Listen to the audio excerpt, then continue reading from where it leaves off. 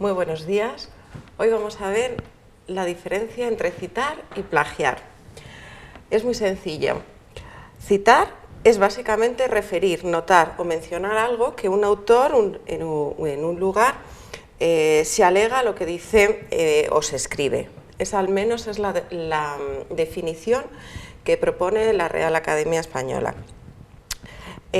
Cuando usamos una serie de palabras literales, por tanto, estamos citando de forma literal qué es lo que ha dicho un determinado autor. En esos casos, lo que tenemos que hacer es entrecomillar, es decir, escribir entre comillas, aquella parte que copiamos o tomamos de un texto concreto.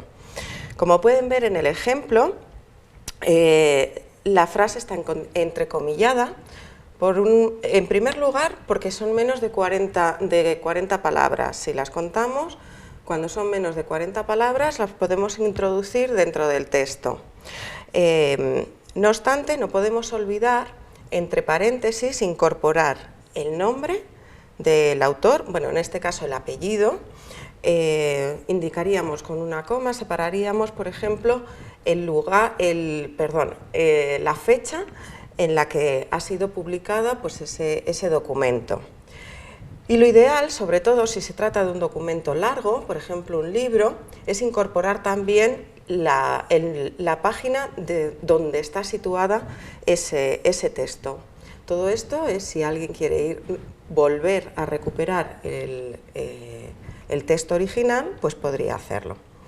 En el caso, como decíamos, si fuera una cita superior, un texto literal que tomamos superior a 40 palabras, en ese caso podemos sacarlo incluso del texto, ponerlo sangrado y de esta manera diferenciamos que no es parte de nuestro escrito, de lo que nosotros hemos escrito como tal. Fíjense que en este caso el nombre del autor ha sido colocado en la parte superior cuando acabamos el texto, la fecha colocamos dentro del propio texto y después indicamos con 2 puntos que se va a empezar la cita. En este caso no es necesario al sacarlo del texto diferenciarlo de forma entrecomillada. Incorporamos igualmente al final el número de la página para que pueda ser recuperable y sacamos en la parte del texto. Otra posibilidad en este mismo supuesto, en el que una cita es más larga de 40 palabras aproximadamente, es incorporar igualmente, la sacamos, la sangramos para que quede diferenciado, pero en este caso podríamos incorporar el nombre y la fecha al final del documento, con el número de página. Cabe la posibilidad, en este caso, hemos visto que todos los ejemplos que hemos visto eran referidos a un único autor. Cabe la posibilidad de que la obra que estemos citando haya sido elaborada por 2 personas, por dos especialistas. En ese caso, como ven en el primer ejemplo, pondríamos el apellido de los 2, indicando pues una I por medio, en este caso Basu y Jones, por ejemplo. En el caso de que fueran 3, noten en el tercer ejemplo que los separamos por comas, los 2 primeros, y ponemos la I al final para separar el tercer apellido, seguido de la fecha entre paréntesis, el año de publicación en realidad. En el caso de que sean más de 3, en ese caso se suele utilizar la expresión et al, que hace referencia a que existen más autores. Esa siempre es fija, se pone el nombre, el apellido, a veces incluso la inicial de la persona, del autor, y después el término et al finalizado en punto y la fecha. Puede ocurrir que sea una obra colectiva, por ejemplo, un documento, un informe que ha publicado un determinado ministerio. Por ejemplo, en el cuarto ejemplo pueden ver cómo el Ministerio de Educación de Perú pues publicó un estudio, un informe. En ese caso, para citarlo, la primera vez que lo citamos pondríamos que es el Ministerio y luego entre paréntesis utilizaríamos el acrónimo de esa institución. Una vez que ya se ha utilizado una vez, puede directamente usarse el acrónimo. En el caso de que necesitemos hacer una cita de varios documentos a la vez, en ese caso pueden ver el último ejemplo, se lo leo. Son muchos los autores que han contribuido significativamente a la difusión de la lectura y lo que hacemos es poner el nombre, el apellido del autor separado con una coma y después incluir un punto y coma para incluir el resto de los autores. Eso si queremos hacer una cita literal. Cabe la posibilidad, es bastante frecuente, que realmente lo que queramos es, hemos leído un documento, nos ha parecido interesante, lo vamos a utilizar para nuestro propio trabajo, nuestro propio escrito. En ese caso lo que se suele hacer es parafrasear una frase, no copiamos, porque si copiamos podemos incurrir en plagio. Vamos a parafrasear, que básicamente es decir lo mismo pero con otras palabras. Es verdad que muchas veces leemos algo, nos parece que está tan bien escrito que no nos imaginamos escribiéndolo de otra manera y mejor, y por eso a veces se tiene la tentación de dejarlo tal cual y de copiarlo. No obstante, hay una serie de técnicas que podemos aplicar para evitar el plagio y por lo tanto ser capaces de parafrasear un texto. Aquí les pongo un ejemplo en el que el texto que está sombreado en azul sería la parte original, ¿vale? Es de un tal Strauss, publicado en 2008, y cómo se ha resumido, se ha parafraseado el contenido, la idea principal, para escribirla en un texto mucho más reducido. Fíjense que aparece en el texto que hemos parafraseado la cita, según Strauss, y entre paréntesis 2008, y después el resumen que se ha hecho. Les decía que existen una serie de técnicas para poder hacer esto.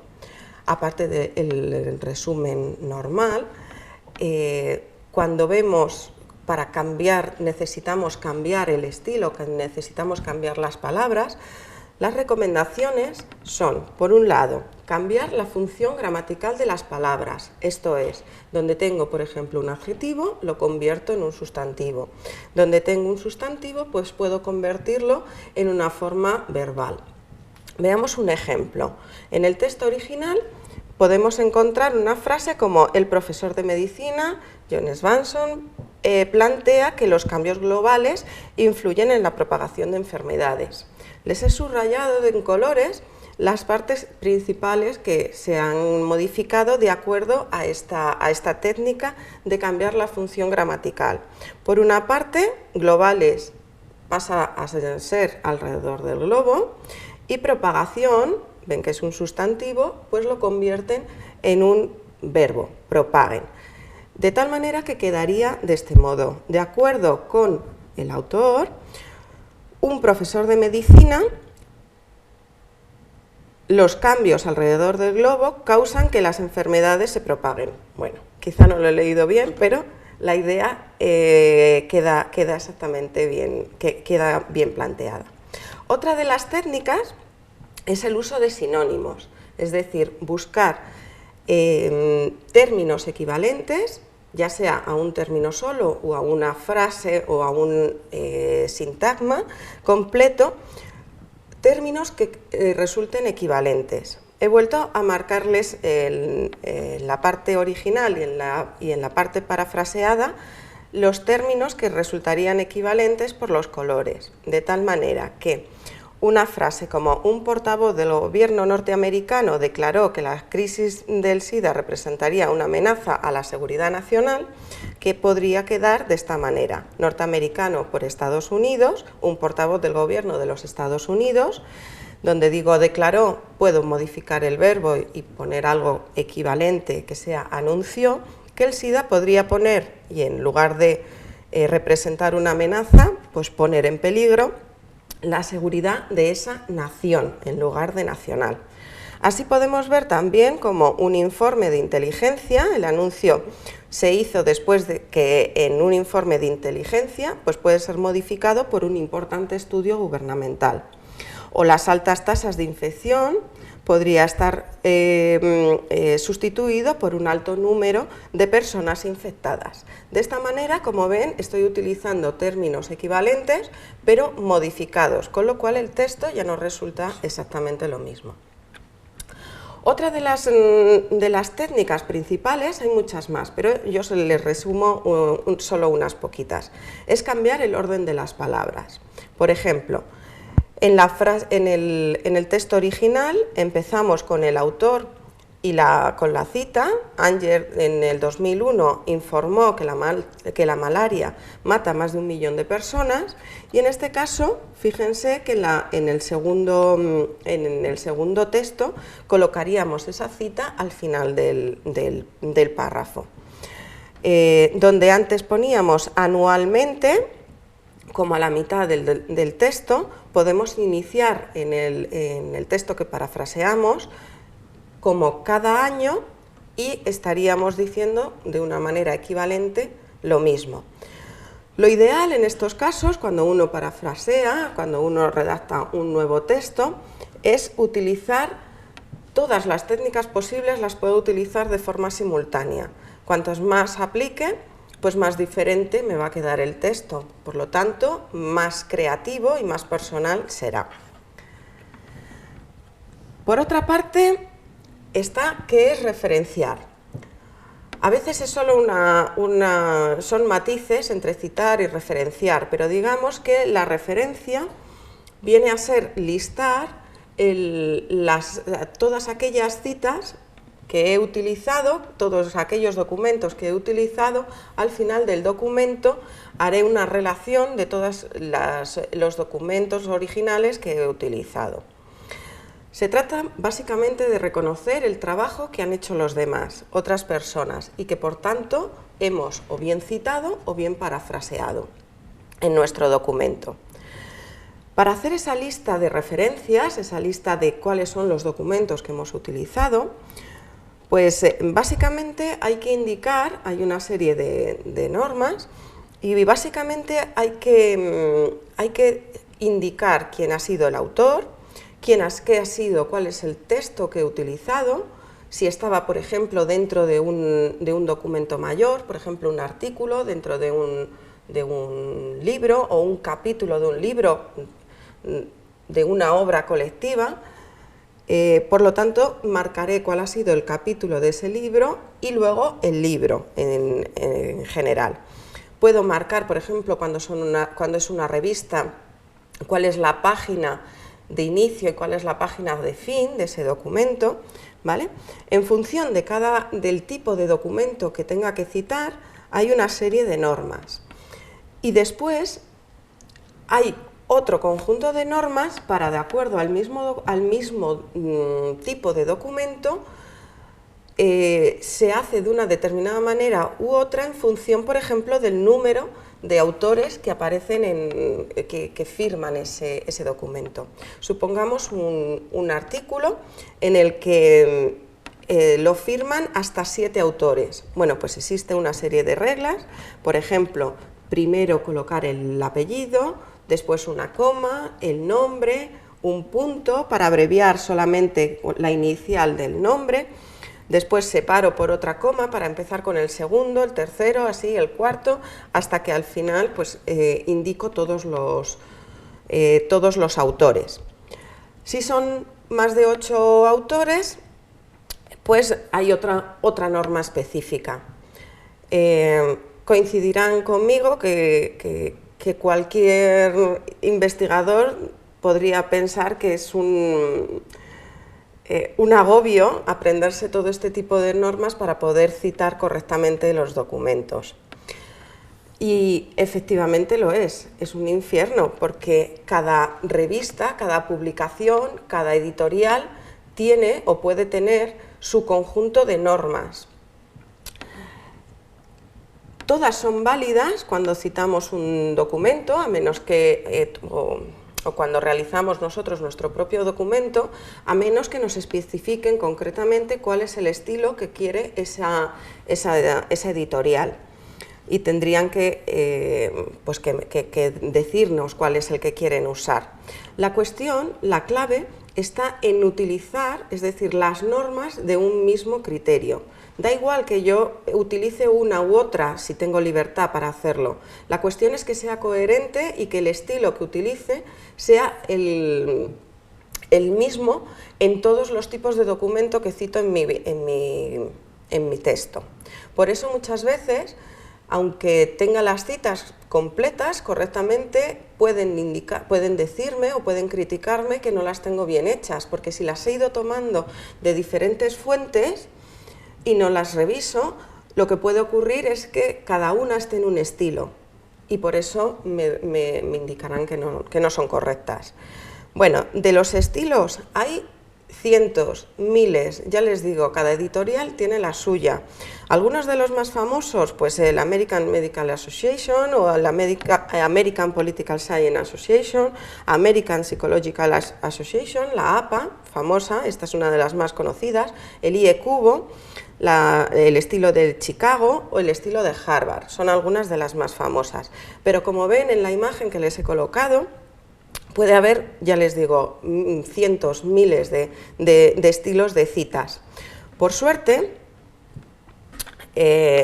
existen, no tenemos que aprendérnoslas absolutamente todas, ni cada vez que publiquemos en un sitio diferente o tengamos que hacer una publicación hay que aprendérselas todas. Por suerte, existen algunas aplicaciones software que ya tienen incorporadas todas esas reglas, todas esas particularidades de cada uno de los estilos, y yo lo único que tengo que hacer es ponerlo una vez en un estilo concreto, y si después necesito modificar el estilo para adaptarlo a una u otra publicación, el sistema me va a ayudar con esas reglas automáticas que tiene a ponerlo directamente.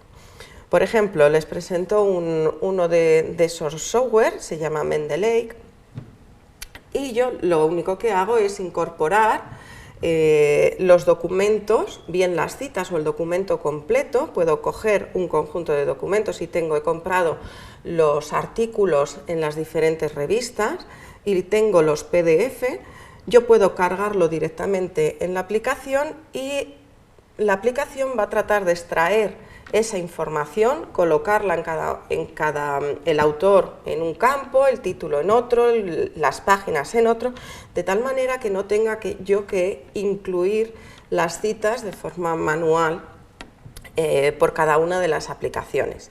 Asimismo, después puedo trabajar con este gestor de referencias, de citas, subrayando, por ejemplo, en los documentos, puedo, por ejemplo, tomar notas, etc. Una vez que he elaborado mi trabajo, que sé cuáles son las citas concretas que he utilizado,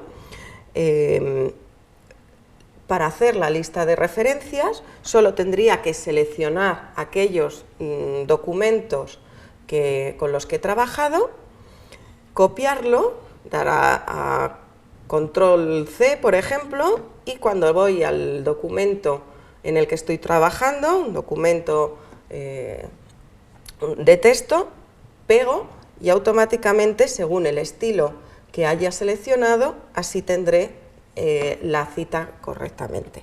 Les pongo aquí otro ejemplo de cómo serían las citas en el estilo de la APA, cómo si he cambiado el estilo puedo ponerlo en IE-Cubo, que por ejemplo coloca un número,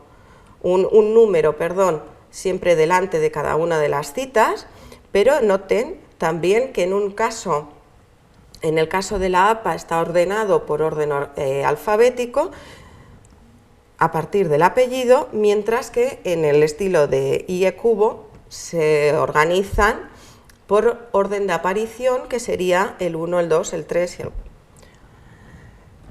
Por último, les he incorporado también otro estilo, el estilo Harvard, que si ven una diferencia en el estilo APA, la fecha se escribe entre paréntesis, pero ese paréntesis se pierde en la última posición. Como les digo, aprenderse todas esas reglas es interesante si lo necesitan y sobre todo para corregir y ver posibles errores de la aplicación, pero no es necesario, no es necesario aplicarlo, hacerlo de forma manual, puesto que cometeríamos seguramente muchos errores de no ver un punto, una coma, un paréntesis que se nos puedan olvidar, cuando tenemos herramientas que nos ayudan a gestionar todo este tipo de datos.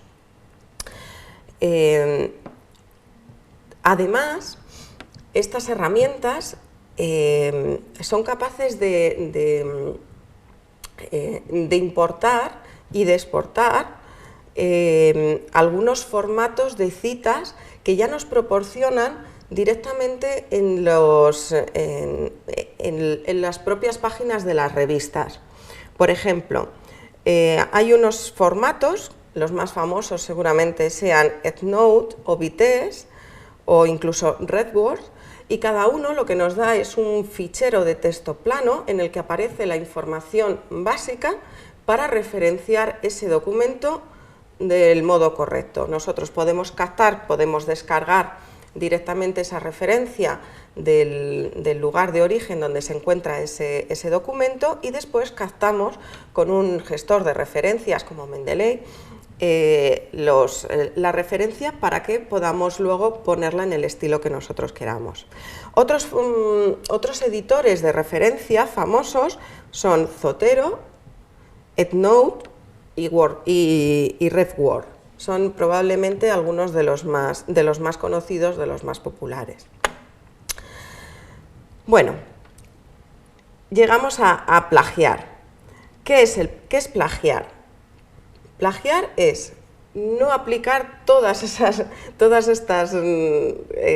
citas y referencias o parafraseos que hemos indicado y, por lo tanto, tomar un número sustancial de palabras exactamente igual de otras fuentes y no citarlo. Básicamente eso es plagiar en cuanto a documentos que hacemos. Además, lo que estamos haciendo normalmente cuando cometemos este hecho, ¿no?, de tomarlos un trozo de texto de otra fuente, es que lo vamos a firmar con nuestro nombre. Por lo tanto, nos estamos apropiando de lo que ya escribió otra persona. Estamos, por tanto, haciendo un aprovechamiento indebido de una labor creativa y, por lo tanto, seguramente no autorizada. Y, por tanto, nos estamos apropiando de forma indebida del esfuerzo y del ideario o del intelecto de otra persona o de otro colectivo ajeno.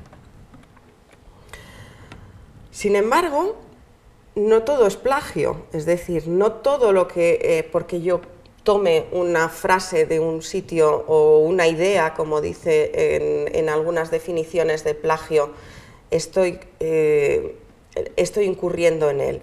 Un plagio no puede serlo de una idea. Teóricamente sí, pero en la práctica no se puede comprobar. Por lo tanto, el plagio no puede serlo de una idea, tiene que ser de obras y no simplemente de meras ideas. Tampoco el hecho de decir, esa idea ya lo tuve yo, me la robaron, eso no incurre, no es plagio tampoco. Tampoco una mera imitación, o bien la absorción de elementos que no sean esenciales en una determinada obra. En una obra eso no se considera, tiene que ser una copia relativamente sustancial. Tampoco consideramos plagio lo que se denomina conocimiento público. Para que lo entiendan, decir que Madrid es la capital de España no requiere una cita. Es algo de dominio público, es conocido ya por todos o deberíamos conocerlo. Por lo tanto, no es necesario documentar y no es necesario citar ninguna fuente para decir eso. Otra de las cuestiones importantes es pensar realmente por qué nos interesa evitar el plagio. Lo primero, una cuestión ética. Si no, nos gustaría que nos copiaran lo que nosotros hemos hecho y que no nos referenciaran, no dijeran, pues esto ya lo escribió esta persona, pues aunque solo sea por eso, pues no deberíamos hacerlo. La otra es una cuestión de profesionalidad. Si se descubre nuestro error, el haber copiado una parte sustancial de otro texto, nuestra imagen como profesionales pues se va a ver mermada. Y la otra es que se considera realmente una infracción. Estamos vulnerando de alguna manera los derechos de los autores, que ya están recogidos y recopilados para ser defendidos, pues los estaríamos vulnerando esa propiedad intelectual y ese derecho del autor. Esta legislación sobre la propiedad intelectual que recoge los derechos de autor depende de cada país, no es lo mismo en todos los países. No obstante, en casi todos ya está sancionada, y esas sanciones pueden ser infracciones, una sanción penal, una pena económica o incluso la obligación de indemnizar por daños y perjuicios. Existen múltiples casos conocidos a lo largo de la historia de plagio. Probablemente los más llamativos son aquellos de los escritores famosos, algunos realmente muy famosos y con premios a sus espaldas, que el hecho de salir en las noticias, de tener una denuncia por plagio, pues les ha hecho perder, por ejemplo, muchas ventas, o que la gente no les tenga ya tanta admiración y tanto reconocimiento. Otros casos famosos son los de la música. Existen múltiples casos, algunos de personas muy admiradas, incluso varias denuncias de plagios en canciones. Y otro de los más llamativos son los casos políticos, donde en algunos países, como en Alemania, estaban pues famosos ministros que tenían una carrera prometedora, pues se les ha descubierto que habían plagiado en sus tesis doctorales y han tenido que renunciar incluso a su carrera profesional y política. Por lo tanto, nos conviene hacer uso de las técnicas para evitar el plagio. Por una parte, ¿cómo lo hacemos? Primero, no tomar de forma literal los párrafos demasiado extensos que podamos encontrar. Si es un párrafo muy extenso, tenemos que marcar de alguna manera que aquello lo hemos tomado prestado y por lo tanto tenemos que modificarlo, tenemos que citarlo. En ese caso, tendremos que tener claro si lo que queremos es citar y referenciar o directamente cambiarlo y parafrasear el contenido que vamos a usar.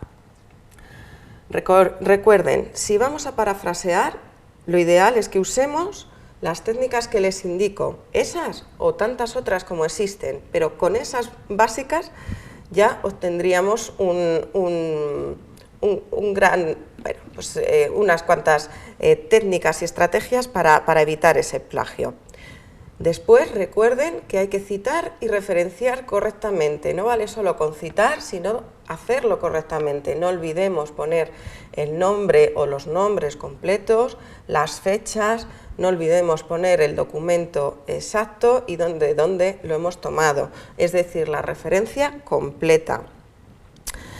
Y por último, ante la duda de si nos hemos despistado o queremos comprobar que efectivamente no tenemos párrafos que puedan denotar que hemos tenido la tentación de copiar una parte, podemos utilizar software que nos ayude a detectar las secciones copiadas o muy similares a otros documentos. Piensen que hace años, quizá con el volumen de información que había, copiar algo que no había sido publicado, pues quizá no se notaba demasiado.